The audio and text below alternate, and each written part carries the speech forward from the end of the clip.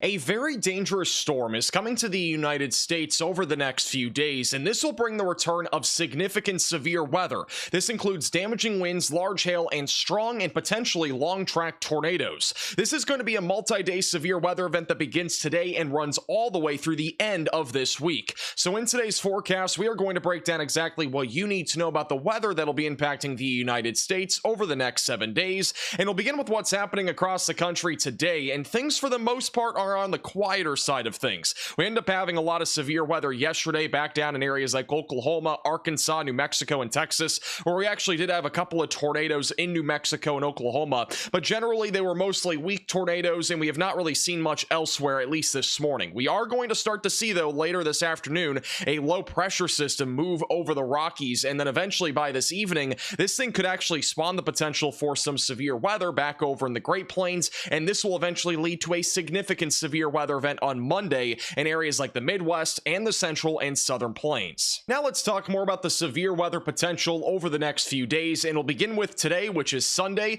We have a large sea dragon slight risk of severe weather that goes all the way from North Dakota back into Texas. Marginal threat of severe weather also goes into areas like Minnesota and Iowa, also back down into Texas. This is one of the oddest marginal and slight risks of severe weather that you'll probably ever see when it comes to the shape of it. Now, the main concern for today will be large to very large hail. This is mainly going to be in the hatched region that stretches from Nebraska back over into West Texas, where there is a conditional risk of supercells even firing off, but if any do fire off, there will be a potential for some very large hail as large as the size of softballs. Damaging winds is also a possibility, and there is going to be at least an elevated tornado threat, which stretches from Nebraska all the way back into the Texas Panhandle. Now, I do want to point out, even though that this is a 5% tornado risk, it is highly conditional on supercells firing off this afternoon, which as of right now, there are mixed signals from computer models that storms will or will not fire. But if they do fire, we definitely could see all hazards of severe weather, and strong tornadoes would be in play. But again, it's a very conditional risk, meaning it may or may not happen. Now, if it does happen,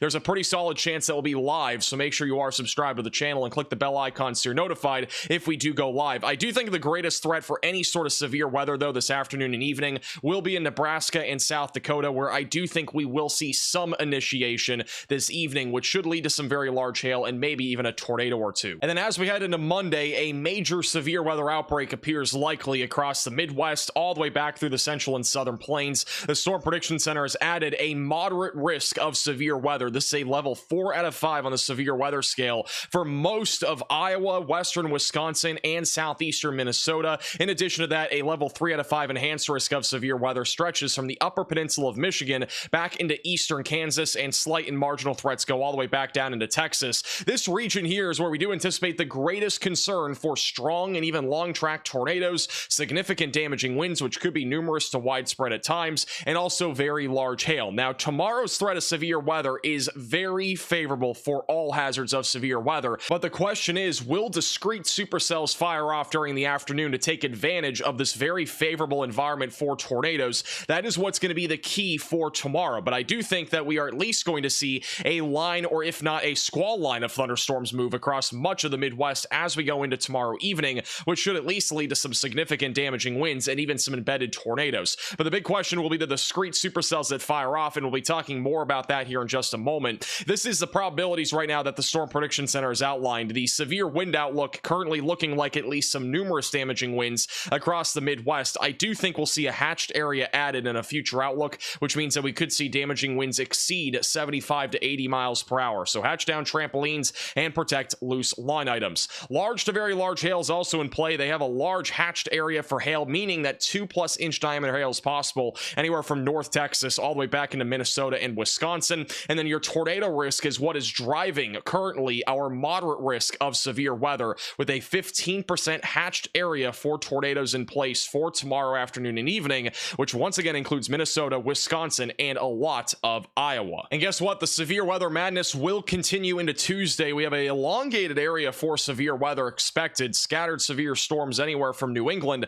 all the way back into the southern plains, including parts of the Ohio Valley and Mississippi Valley, where damaging winds, large hail, and a few tornadoes will be possible across this entire region. I do think that there is a chance that we get an enhanced risk of severe weather somewhere. A couple spots that is a possibility, but is uncertain at this point, would be back over in parts of the southern plains, and also maybe one back over in the northeast. But I do think it is a little too too early to tell exactly what's going to happen. I do think we need to watch what's happening today into early tomorrow and see how this trough evolves. And once we know more about that, we should have a better idea of where the greatest risk of severe weather will be on Tuesday. But nonetheless, be prepared for scattered severe storms with all hazards being possible. They have also put a little hatched area in place back over in Texas. This will mainly be for very large hail and also some straight line damaging winds. A tornado risk will definitely exist down there, as well as a new trough will actually form as we go into Tuesday, and this will lead to another risk of severe weather on Wednesday in the southern plains. And then on Thursday we could see even more severe weather head towards the Ohio Valley. So it's gonna be a long week of severe weather. We really got a big day coming up tomorrow. We could even have some big severe weather later this afternoon.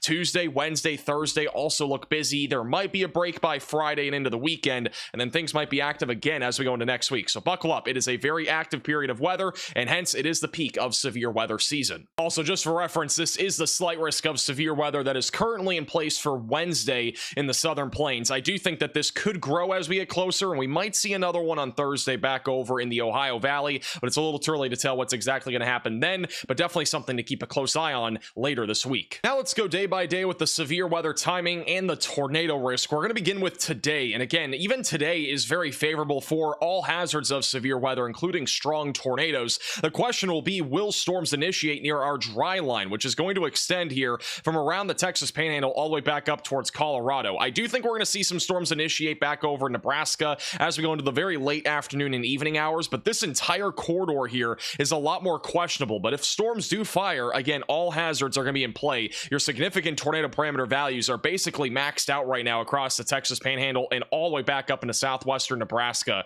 So definitely a day that you want to be taking seriously, even though it's a very conditional risk. We could see a couple of storms fire off. And then as we go into Monday, that is where we're going to have a very favorable corridor for severe weather back up into the Midwest. This is right around 5 o'clock, and notice how our significant tornado parameter values are very high across the Midwest, but they're also elevated even back over into the southern plains. Now, and once again, I do think back up into the Midwest, we are going to end up seeing at least a couple of strong or even long track tornadoes, but it's going to be dependent on discrete supercells firing off in this environment during the afternoon hours. If we do not see supercells develop in this area, then we're mainly going to be talking about a line of thunderstorms, which will still produce significant severe weather, but it will not be producing as high of a threat of strong or even long track tornadoes. Eventually, by the evening hours, notice how our significant tornado parameter values are pretty much maxed out back over in Iowa, Minnesota, and Wisconsin. So again, very favorable environment for tornadoes across the board. That also exists all the way back into Kansas and Oklahoma, but we do not currently think we'll be talking about many storms firing up in this environment. But if any do fire up, very large hail would be the main concern for those in far southern Iowa, all the way back over into Oklahoma and Texas. And another thing I want to point out is that our low-level jet is going to be very intense tomorrow across the entire Midwest. You do not see this very often,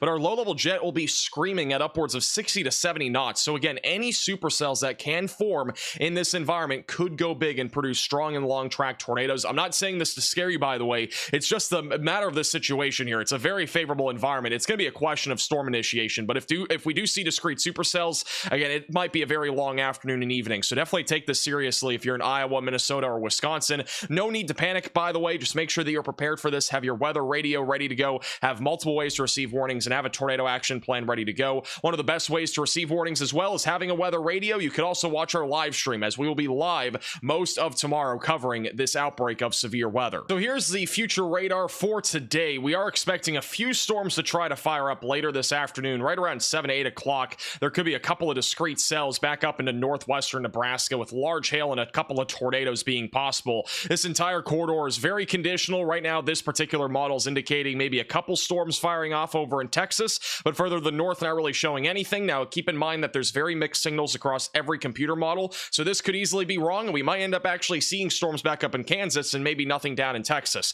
Again, very conditional, but definitely a day that you want to be watching for very closely in case storms do end up initiating. Now let's go through the timing for Monday, beginning with what's happening during the morning. There will be some elevated convection out there that could lead to a couple of rumbles of thunder, maybe some gusty winds and small hail. Eventually, just after lunchtime, a line of thunderstorms will begin to form back up into Minnesota. This will be producing damaging winds, a low tornado risk as well. Initially, that tornado threat should gradually increase as we go later into the afternoon hours. By around 4 to 5 o'clock, more supercells are firing off, mainly back over in South Dakota, Nebraska, and Minnesota. Since these are further back off to the west and not really in our favorable environment for tornadoes, I do think these will be mainly hail producers, but there is a low end chance of a tornado if those storms can become surface based. And then sometime during the mid to late afternoon and early evening, I do think we are going to see at least one, if not two, supercells form across Iowa, Wisconsin, or Minnesota as we start to see an area of convergence come together across central Iowa. Now, obviously, the HRRR model is not showing that here during that 4 to like 8 o'clock time frame or so, but this would be the region where that threat would be the most elevated. And if any storms do fire here, they will easily produce the threat, at least for hail and wind, and if not, even the potential for strong and long track tornadoes. Now, a lot of models are showing different things right now. There's a lot of mixed signals. The HRRR here is not currently showing any discrete cells firing off. I do think, though, as we get closer, we'll probably start to see that trending in the other direction. I do think we're actually going to start to see at least a couple of storms starting to pop up on this particular model. By around 8 to 9 o'clock, severe weather continues back up into Wisconsin and as well as the upper peninsula of Michigan, where damaging winds will continue, perhaps a storm or two just outside of Minneapolis as well, producing similar threats. We also could see a couple storms fire off back over near Kansas City as we go into the early evening hours, with mainly hail and wind, a low tornado risk existing out of that convection, and then the overnight severe weather threat will be much lower across the Midwest. This is also a different model that does show, by the way, those discrete supercells firing off during the very late afternoon and early evening here across parts of the Midwest. So again, I do personally think we'll at least see a storm or two, so definitely make sure that you are staying weather aware and being prepared for this potential significant severe weather event. And then beyond Monday, our threat of severe weather will continue out of this storm system. We are expecting at least scattered severe weather throughout the day on Monday. I do think we'll have a bit more of a localized tornado threat that'll be a bit more increased back over near Lake Erie and as well as Lake Ontario throughout the afternoon hours, and then also all the way back down here through the southern plains and also through the lower Ohio Valley. There should at least be some scattered damaging winds, hail, and a couple of tornadoes being possible. This will mainly be an afternoon risk. It'll also continue into the evening, especially back over in the southern plains. Overnight, Tuesday into Wednesday morning, storms will continue back over in the southern plains, where another trough will be moving across the southern plains, and this should lead to at least some scattered severe weather on Wednesday, and it will continue, I think, into Thursday back over towards the Mississippi River Valley. I don't think we're going to be seeing a full-blown outbreak, but there could be some damaging winds and maybe a low-end tornado risk across the Ohio Valley on Thursday. By Friday and Saturday, things are starting to clear out. High pressure builds across much of the United States, and then really the next shot of any sort of significant severe weather event beyond the next about 5 or 6 days would be sometime by the early portion of next week, which is far out from now. That's around May 5th, but nonetheless, that is at least our next signal right now for any sort of significant severe weather beyond Thursday and Friday of this week. So once again, make sure you are subscribed to the channel, click the bell icon so you're notified with the latest updates. There is a chance that we have a video again later this afternoon if any big changes to the forecast end up happening, but if not, we will have a video tomorrow morning and then a live stream Monday afternoon and evening.